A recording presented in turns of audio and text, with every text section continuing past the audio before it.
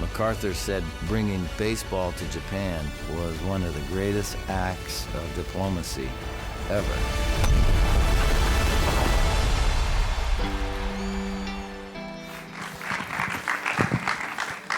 Hello. Hello. I want to start off by giving you a gift. I got some party favors. Oh, wow. And I think people here will appreciate this a little bit.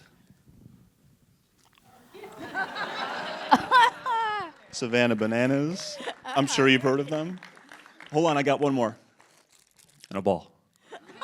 Here you go. It's a banana ball. It's a banana ball, yeah. Cool. Thank you. I want to, this is an incredible honor to talk to you, not only as a documentary filmmaker, but as a Japanese American. And Yuriko, you along with Renee Tajima Pena, Robert Nakamura, Christine Choi, filmmakers like this have paved the way for someone like me and have made it easier in the same way that Hideo Nomo and Mashi, Ichiro Suzuki paved the way for Shohei. So all the struggles that you've experienced in your career, you've made it easier for me. So thank you so much. Wow, thank you. So I'd like to begin by asking where you grew up. Oh my goodness. Mostly in Southern California, but I was actually born in Japan. So my parents were never in the camps.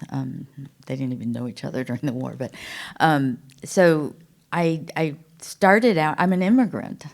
And we first went to Westchester County, and we lived there for a couple of years. And then my father was teaching at the University of Rochester, so we went up there for a couple of years. And then we went to Southern California, and that's mostly where I grew up. What year did you come over? Oh, you're going to make me admit how old I am? It was 1958, and I was not quite 2 years old when my parents came over, so I was like a year and a half or something. So immigrating as a Japanese person was not common. I mean, it was illegal for some time. I mean, we were legal coming over because he had a fellowship that he was coming to, and so, but my parents really didn't speak any English or anything, so I wish I'd asked him more questions about what it was like back then, but I don't really remember, so. Was sports something that you grew up with? Not really. My parents were not baseball fans. My aunt and uncle were huge fans. I liked participating in sports, so I kind of grew up playing tennis and skiing, and I actually played softball and volleyball. So I had a general interest in sports. Oh, the last conversation that we were in, the person who introduced me mistakenly read that I had gotten a 10th degree black belt in judo. I do not have one of those. That was the subject of the film. But so I have always had an appreciation for sports and activity. And a previous film was Baseball Behind Barbed Wire. Right. So I've been working on this film for 12 years, but in 2020 I was awarded a grant that basically gave me enough money to make a short film, and I had always wanted to pull that out and make its own film, and it was COVID, so we were all locked up, and it was a good time to start researching a history documentary. And then I got a match grant for that, and we released the film in 2023, so that's probably the fastest I've ever made a film, is in like 3 years or 2.5 years. What is inspiring you to make films about sports and funnel the Japanese American or Japanese experience through sports? I did not set out to make only sports documentaries, but the judo one just kind of fell in my lap. I was reading a magazine and ran across an article. Oprah Winfrey had an article in her O magazine about this woman, and as I was looking at it, I thought, oh, this is the judo dojo that's around the corner from my house. And so I went to introduce myself, and that's how that film started. I was actually doing karate at that time, so I already had some kind of interest in martial arts. Baseball just also fell into my lap, basically. So you saw the 1949, the home movie footage that was in there. It was almost all taken by Con Dempsey, and Con Dempsey was a pitcher for the Seals during the 1949 tour. And I've never met him, but his son, Dave, is a good friend of mine. And I didn't know anything about that history until Dave called and said, oh, there's a museum exhibit about the Seals tour. So we went to see the exhibit, and I was just wowed by this history. And over in the corner was a little TV, and it was running home movies. And I was like, oh, wow, this is amazing. And Dave all of a sudden goes, oh, my dad took a movie camera with him when he went to Japan in 1949. And I thought, okay, I need to make a little film about that. And then I started opening history books. And all of a sudden it was like Pandora's box, and it was this big, long history. So, and no one's really made that history before, so I suddenly was like, I can't just do this. I have to do, So 12 years later, here I am. How did you balance your, I guess, affinity or your heritage with trying to tell kind of a complicated story about an enemy at the time of World War II? How did you kind of balance that in the portrayals of the countries and the ethnicities and the cultures? So I am an American citizen, but I'm a naturalized American citizen. I actually have naturalized American citizen friends that are carrying their passports around right now. So, there's a part of me that's always had like a foot in each continent, and I still have my whole extended family I have one sister in the United States, and the rest of the extended family is in Japan. So I've always had a pretty close connection. And, I remember being young, and like maybe as a grade school, middle school, as you're studying history and learning about Pearl Harbor and then learning about the atom bomb. And there was always this like weirdness about how could half of me do that and how the other half of me do that, and so I think the idea of exploring something that felt like it was a place where they could meet, it was common ground, the baseball field, that I was attracted to, well, especially when I first learned about the 49 tour, because that was all about, okay, now that this war's over, how are we going to rebuild this friendship? Coming from, Japanese culture, in your film, you touch upon samurai culture, and you kind of create that parallel between samurai and baseball culture. What ways did you see that samurai culture or Shinto religion, how did that influence their approach to the game versus how Americans approach the game? Well, so if you catch the moment when Otani walks onto the field, he does a little bow. I mean, back in Japan, the whole team would have lined up, and I mean, at the beginning of martial arts, you always bow in because you're paying respect to the space, the sport, the tradition, the ancestors that brought the tradition. If someone gets hit, they tip that. There's a respect there, and I struggle to see that same respect in American sports a lot of the time. So yeah, there's traditions that kind of come from samurai culture and Japanese culture. And I mean, it's not always a good thing. Sometimes it's a little over the top to whatever. And there's a whole thing that Warren Cromartie talks about how, they were looking for power and speed. So they had a lot of their own way of playing baseball, but early on, they didn't have a lot of power and they didn't have a lot of speed because the bodies were smaller. They were just not as strong. That was part of it. But really, the samurai thing was, I think Whiting does say it in there. He talks about how if you just keep working harder, you can always excel. And there's a theory that rice-based cultures actually have more of that infused in their culture, because to farm rice, you can work harder and it actually produces more rice in a particular year or season, whereas like if you plant wheat, there's only one crop that can come out per year.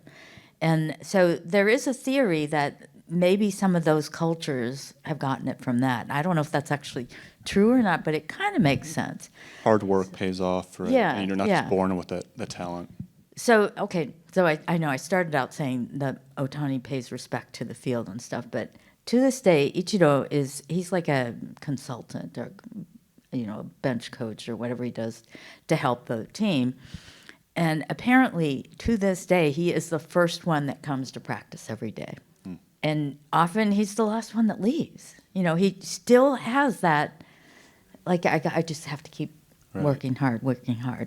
Right. Watching, I couldn't help but think about model minority myth in, I guess, the perception of Asian Americans and Asians in the game. And I'm wondering, how do you think that impacted the perception of Japanese or Asian players coming over to the United States from audiences and crowds?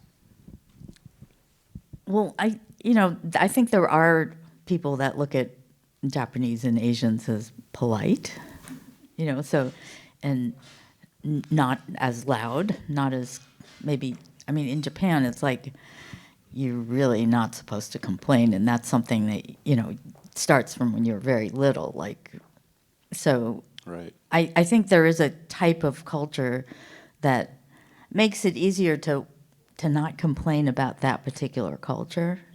And maybe and then that combined with the harder you work, the better you will do. So, most Asian Americans, you probably know this, you get indoctrinated to work really hard in school. Right. And sometimes that pays off. And then, so. Yeah, my family was in the internment camps, and I remember my grandmother always telling us, be a good citizen and don't complain. What's the saying? The squeaky wheel gets the grease, and that was very much the nail that sticks up. Yeah, gets the hammer. Right. I heard that a lot. And watching this film, I heard so many conversations that reminded me of just being home, like Issei, Nisei, Sansei, Yonsei, Gosei, and people talking about the camps. The people that you were interviewing, they remind me of the same people that I spent time with growing up in a Japanese American community in Cleveland, Ohio. So it was very much like a family kind of experience watching this, and it just reminded me a lot of home. The players that you touch upon, Masanori Murakami, Hideo Nomo, Ichiro Suzuki, Shohei, it seems that an amount of hysteria came with their emergence. Why? And I don't know that I felt that same hysteria when players from other countries would come over. Why do you think this amount of hysteria has come with Asian players? Well, you weren't in Los Angeles when Fernando Valenzuela was around. Oh, yeah. Well, that was mania. Yeah. So, I think anytime a minority culture gets to see a really exciting example of somebody excelling, and in a sport and on the baseball field is really exciting because it's a big, huge thing that gets televised and everybody's cheering for, well, like if you live in LA, everyone's cheering for the Dodgers. If you live here, you cheer for the Bananas or whatever. But, so like if you get to see, I can't even imagine what the world was like when Jackie Robinson was starting to. It must have been huge, that for the first time there was this like guy that's out there outperforming, and so I think in some ways, yeah, that's what happened with Japan. I did actually meet at one of the early screenings when I was just showing clips of the film. There was a young guy. Well, he wasn't that young. He was young when Mashi came. So he was a kid. And he says he remembers, being like, I don't know, 8 years old, 10 years old, whatever he was, that for the first time in his life, he saw this like face that looked like his on the ball field performing. And well, so that whole thing about the icon, Nomo really was the first modern day big name. Well, not even modern day anymore. That's history too. But at the time. Yeah, and Ichiro, and Otani today, I don't, I mean, some people don't even see him as Japanese anymore. I think they just sort of like, what, where Yeah. did this phenom I come know. from? Yeah. But Yeah. you know, I think it's right now. So I've been working on this film for 12 years, and I've been visiting my friends at MLB for 10 years, and I kept having to remind them that I was still working on the film. And like a handful of years ago, we were getting close to finishing it, and they were like, "Oh, no, no, no, you don't understand. You waited till the perfect moment to have this film come out." And he was like, even 5 or 6 years ago, people wouldn't have been as ready for it. Yeah, yeah. You know, I remember when Hideo Nomo came on the scene, and you know that was in '95. I was in 5th grade, and then when I was, you know, that was the peak of my baseball career in '95, '96. But people would call me Hideo Matthew, and even Christy Yamaguchi, early '90s. My last name's Hashiguchi, but if you go to Cleveland, Ohio, there is not a single person who will call me Matthew Hashiguchi. They call me Yama. The entire city of Cleveland, Ohio calls me Yama. So there is this incredible impact of Asians coming to sports that's influencing our lives and people's perception of us. And you know, the thing about Shohei, I mean, he's a god. And it's what he's doing for not just the sport, but for young Asian American people. It's completely changing the perception of who, you know, we are as a culture. You know, that model minority, that weak Asian perception, you know, long duck dong, you know, that's no longer the perception. And you're part of that. You know, you are taking these Asian American stories and taking control of it when previously it was not in our hands. So you know, it's what the players are doing. You're doing that as well, and I just am immensely grateful for that. If you could look at those players, the players that you touched upon, which one do you think has been the most influential, not just to the sport, but American culture? Well, it's tempting to say Otani, but I think it might be Ichiro because he was around for a long time, and I kind of feel like Nomo was an icon, but he was not as big as, he didn't accomplish as much as Right. Ichiro. And I think I just remember there were people that didn't care anything about baseball and didn't follow it at all, and they knew who Ichiro was. He's incredible. And I think he did sort of surpass that kind of, he reached that icon level. And that whole comment about, you know, the Seattle became global citizens without even leaving town. I mean, I think there was a lot that was happening then, not just in Seattle, but, you know, because Ichiro kept making Breaking records. Yeah, breaking records yeah, and doing yeah. big things. So You know, how did you balance kind of politics? Because I think it could be very easy to go one way and deep into politics and be divisive, but you told a story that was very bringing people together. You know, did you ever feel that pull to be more political? well, I think one of the things that drew me to make this film is that I saw that it had the ability to bring people together. And you asked about the sports, and one of the things that I always felt about sports was that, and actually I think it's true about music too. I mean, I was watching the blues movie earlier, and there is something like that where it's common ground, and you know, you can come into the space and really share something. And in sports, yeah, they're fiercely competing. Like we just had the Winter Olympics, and I'm sure you watched some of it, and you know, it just sort of like makes me chills because I think it's wonderful. 92 countries, and there are many of them that the governments don't really get along that well, and they're there competing, and they become friends, and it's so important. There's a whole people-to-people democracy. I just was invited to a dinner. I didn't get to see the game because I had to run off on a plane, but the Waseda University baseball team came and played Stanford University and a couple other, and they came especially this year because it was the 125th anniversary of the first time the Waseda University team came to the United States. So I'm at this dinner with 24 boys, And they're all, polite and having dinner. And I'm sure they were looking at me like, what's this old lady doing here? And then they introduced me and the concept of the film, and we showed the trailer.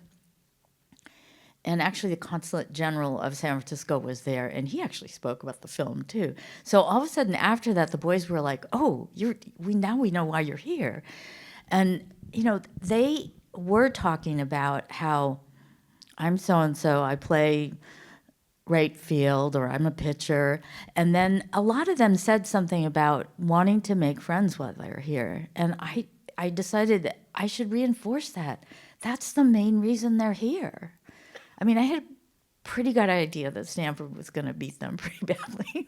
I wouldn't have rooted against them, but really the most important thing is that they were here making friends. And this is the young generation, the next generation that's going to get up and lead the world. And they need to have that perspective, and the American side will get it too. So I thought that was a beautiful moment. And, somebody said, "Oh, I wish we could show your film when both teams are in the room." And I thought, oh, that would have been so great. So at, some point in the future, we'll try and make those kinds of things happen. But I think the perception of baseball in the United States has changed over the past decade or so. You have steroids, you have throwing games, and, a lot of drama and controversy. Does it still have that ability to bring people together? do we know a sport that doesn't have some of that controversy? Especially with all the betting going on, right? Yeah. I think baseball is maybe having a tougher time now than it was in the 1930s because there's just way more competition. I mean, football is huge, and hockey's around, and soccer is getting bigger and bigger and bigger, and basketball is huge. And so, I think there's a lot of competition, especially in this country. But I think there's something special about baseball that will always be special. It may not be the biggest national pastime that we have right at the moment, but I think there is something special about it. And Major League Baseball is certainly doing whatever they can to try and make World Baseball Classic a big thing and get other parts of the world more interested in it. So And changing the rules a bit. And actually I'm wondering, I don't know how familiar you are with the Savannah Bananas, but have you ever seen a game? No. I've never been to Savannah before. Oh, well, there's actually a game going on right now. Really? Right, yeah, at Daffin Park. And I went to the stadium and got this today. Thank you. But they're kind of globetrotters for baseball, and they make the game much quicker and faster. And I can see Major League Baseball kind of adopting things like the pitching clock and just figuring out how do we make this just a quicker, more exciting game. Has the game in Japan maintained its prestige? Yeah, I think it's still maybe the biggest sport in Japan. I think soccer is kind of like creeping in there. They might be neck and neck, but it is the biggest sport there. Yeah. So we have 2 microphones here if anybody has any questions they want to ask. Thank you so much, Ms. Romer. I enjoyed the film thoroughly. And I heard you say 12 years. At what cost? That's one question. Then the other question, was there any kind of footage of the Negro League? Was there file footage at all? The 1927. I have not found any footage. We have the photos, but I read a bunch of, and there's a wonderful book called Gentle Black Giants that is more than just the 1927 thing, but there's also so in this film it doesn't get included, but at the Gila River Camp, which is where I told the short film story, there was a team that was a Negro League team, and they got invited in to play the All-Star team in the Gila River Camp. And one of my historians makes this comment that, you've got this African-American team playing Japanese Americans on an Indian reservation, being incarcerated. They were so there's there's a whole history that sort of connects the two, and you probably like that book. It's an interesting book, Gentle Black Giants. And then, let's see, you asked the first question. The 12 years. Oh, 12 years, okay. So 12 years is a long time to make a film, although I know people that have spent longer, but the longer it goes, the more money it costs. And I think we figured out it was just under $1 million. And I do have to say, thank you, Better Angels. And there's a whole dramatic story, and I'm going to try and do it quickly without getting political, but I was really excited in 2024 because I was awarded a National Endowment for the Humanities grant. And then April of last year, Doge went and cut them all. So I went into a panic because I had promised the National Baseball Hall of Fame that they could sneak preview the movie, and I was like a month and a half away from that, and suddenly I had no money. I mean, all of the production grant was gone. So, I ended up on NPR, and that was a real blessing because suddenly everybody heard the story, and so I got donations, and I got some of my previous funders to come back in and help again. And I did get this one now executive producer that came in, but Better Angels was definitely a big part of that. So you guys helped save the film last year. We're going to wrap it up, but thank you so much for joining us. Thank you so much to the Hindsight Film Festival, and I'm excited that it exists now.